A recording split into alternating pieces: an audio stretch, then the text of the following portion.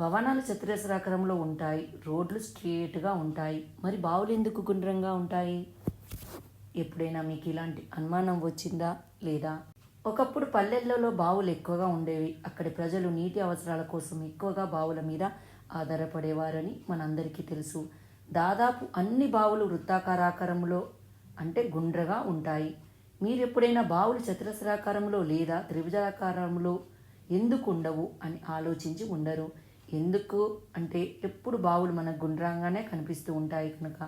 భవనాలు చతురస్రాకారంలో రోడ్లు స్ట్రెయిట్‌గా ఉన్నప్పుడు బావులు మాత్రమే ఎందుకు గుండ్రంగా ఉండాలి? ఈ ప్రశ్నకు సమాధానాలు ఏమిటో ఇప్పుడు మనం తెలుసుకుందాము. ఒక బావి నీటితో నిండి ఉన్నప్పుడు దాని గోడలపై చుట్టూ సమాన ఒత్తిడి ఉంటుంది.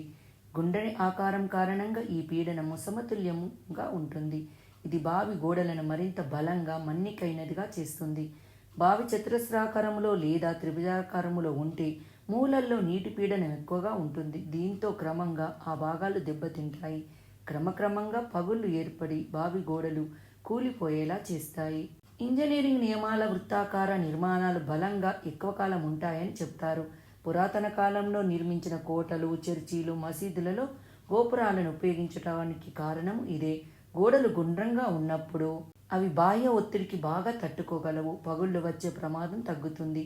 ఇదే సూత్రం బావులకు కూడా వర్తిస్తుంది. చతురస్రాకారం బావుల కంటే గుండ్రని బావులను నిర్మించడం సులభం. ఎవరైనా బావి తవ్వినప్పుడు చుట్టూ తిరుగుతూ తవ్వుతారు. ఎందుకంటే అలా తవ్వడం సులభం. దీంతో ఆటోమేటిక్గా సర్క్యులర్ షేప్ వస్తుంది. అంతేకాకుండా బావులు గుండ్రంగా ఉండడం వల్ల దానిని శుభ్రం చేయడం సులభం అవుతుంది. బావి చతురస్రాకారంలో ఉంటే మూలల్లో మురికి పేరుకుపోతుంది, పాచు పడుతుంది, శుభ్రం చేయడం కష్టమవుతుంది. అంతేకాదు గుండ్రని ఆకారపు బావులను నిర్మించడానికి తక్కువ ప్రదేశం చాలు. తక్కువ ప్రదేశం అయినప్పటికీ వాటిని మరింత లోతుగా నిర్మించవచ్చు.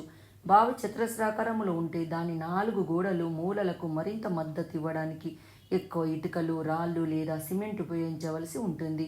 ఇది ఖర్చును కూడా పెంచుతుంది. అందుకే పరిమిత వనరులు అందుబాటులో ఉన్న పాత రోజుల్లో ప్రజలు గుండ్రని బావులను నిర్మించుకోవడానికి ఇష్టపడేవారు.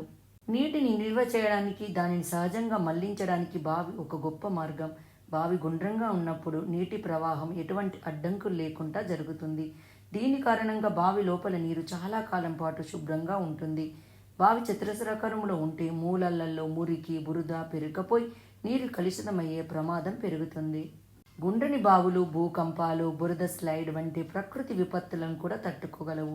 నేల కంపించినప్పుడు గుండ్రని బావి దాని సమతుల్యతను కాపాడుతుంది. అందుకే అది కూలిపోయే అవకాశం తక్కువ. చుట్టుపక్కల ఉన్న ఇతర నిర్మాణాలు కూలిపోయినప్పటికీ చాలా పాత బావులు ఇప్పటికీ చెక్కు చెదరకుండా ఉండడానికి ఇదే కారణం. ఇది సోషల్ సమాచారం మాత్రమే. కొన్ని అధ్యయనాలు సంబంధిత నిపుణుల ప్రకారం ఈ వివరాలు చెప్పడం జరిగింది. ఈ వీడియో మీకు నచ్చినట్లయితే లైక్ చేయండి, కామెంట్ చేయండి, సబ్స్క్రైబ్ చేయండి. నోటిఫికేషన్ల కోసం పక్కనే ఉన్న బెల్ ఐకాన్ క్లిక్ చేయండి. Thank you.